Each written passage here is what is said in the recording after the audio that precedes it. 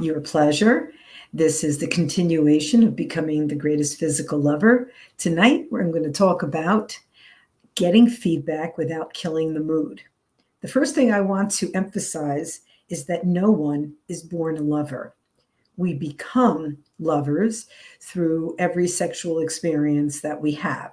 If that sexual experience is mostly you by yourself, you're going to have to expand your horizons. You're going to have to learn how to ask questions. If that's with a partner, all the better. But again, not every person is the same as other persons. Just because they have the same kind of parts doesn't mean that they like being touched in the same kind of ways. So communication is absolutely essential. And I have found that one of the best ways to find out what another person likes is by doing to that person what you like. And then this way, they get to feel what it is that you enjoy, what the sensation feels like. And because they have an experience of the sensations that you're talking about, they can practice and reciprocate with you.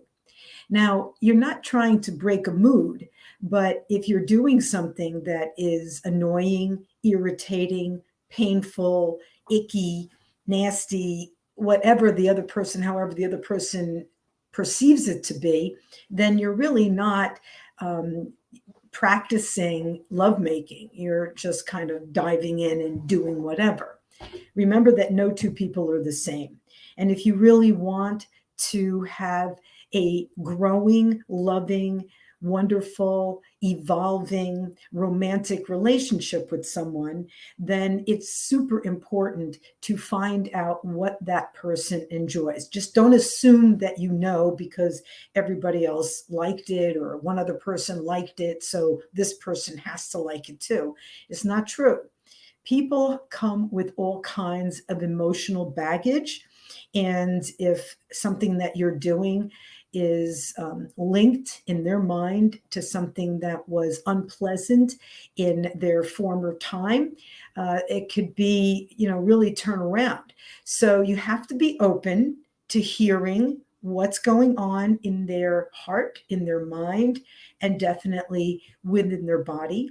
And you have to be open to hearing it and adjusting your approach because, as I said, it's like no two people are the same. No two people like the exact same thing that other people like. And that doesn't make them wrong or bad or anything negative. It just means that they are individuals. So, how do you give feedback to someone that without breaking or without killing the mood? Well, the first thing I would do is I would stop whatever the activity is and say, wait a minute, let me show you how I like it.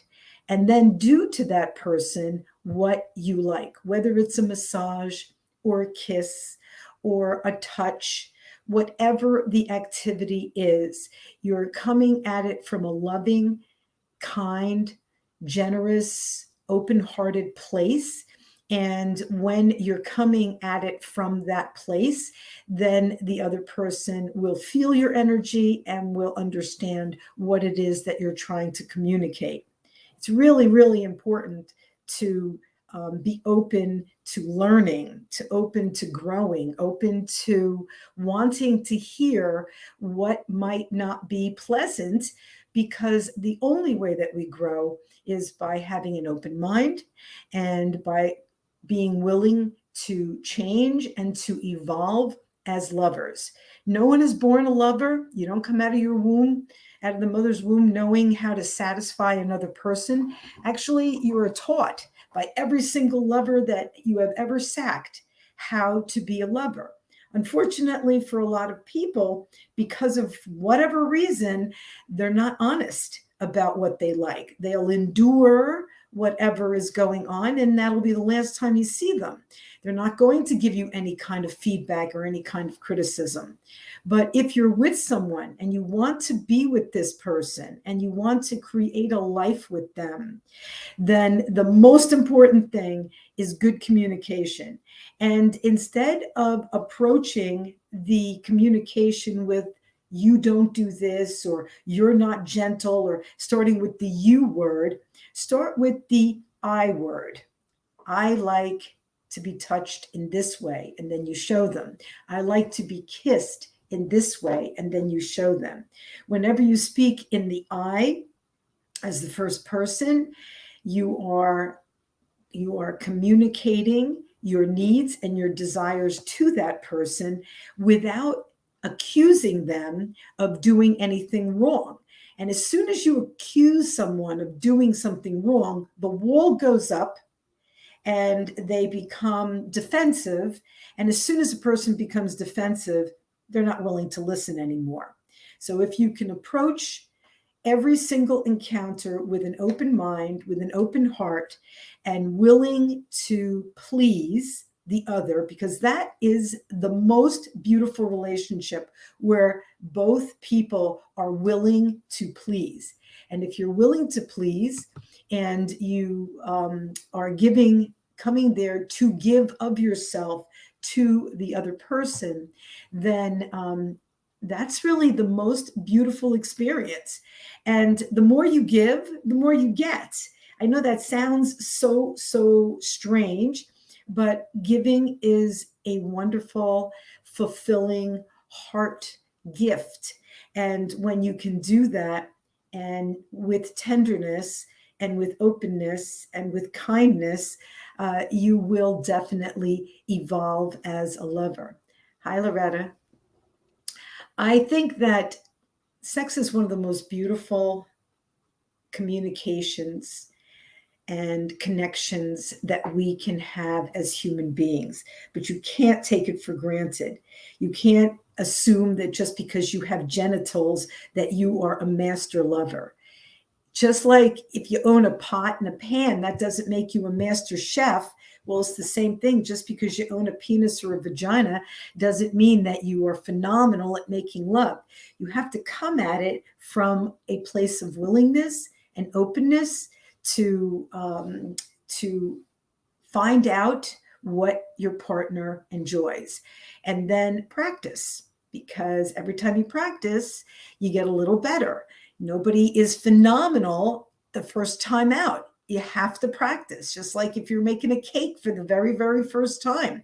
If you've never made a cake before, maybe some eggshells will end up in there. Maybe you won't add enough sugar. Maybe there won't be enough flour. Maybe there'll be too little oil. You just never know. Well, it's the same thing with making love. If you want the recipe to turn out great, remember that the individual that you are with is unique, and they have their likes and their dislikes. You can't tell them, oh, you should like this or you shouldn't like that. You're not there to criticize how they feel about themselves. You're there to please, and you're there to be pleased. So if you come at it from the I perspective, I enjoy being touched in such and such a way, and then showing the person what it is that you enjoy on their body. I enjoy being kissed in such and such a way. Every time you speak in the I, that person will become a little bit more educated and have a little bit more understanding about your body, what parts are yes, yes, and what parts are no, no. And when you do that, you are constantly growing as a lover. And that is the most wonderful place to be. To be a phenomenal lover is to be greatly desirous, not just because of your skills, but because of your compassion and your willingness to please. So that's my little talk today. I hope you all enjoyed it.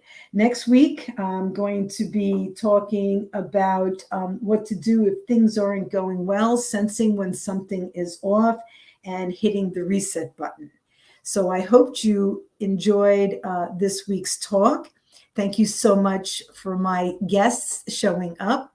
Again, next week, in the continuation of Becoming the Greatest Physical Lover, this is your host, sensuality consultant Ellen Nicholas. Thanks again for joining me. See you next week. And make sure you're doing your Kegels every single day. Namaste. Love you all. Bye for now.